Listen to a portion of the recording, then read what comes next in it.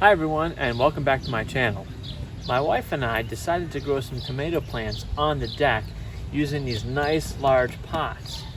Well, this is the first time we've tried this, and as you can see, they're not doing so well.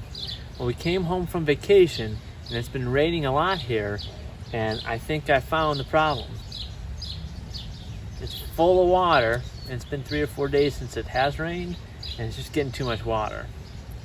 So today we're going to try to drill a couple of holes in the bottom of this to try and drain all that water out. See if it works.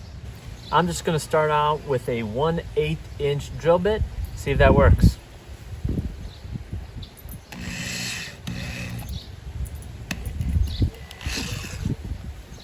I guess it works.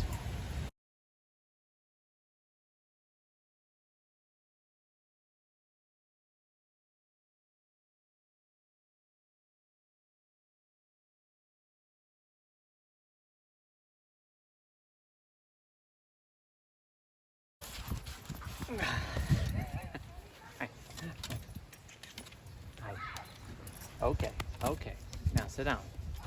So my puppy wants to stay here with me during this video, so we'll go ahead and allow it. So it took about 15 minutes for this water to drain.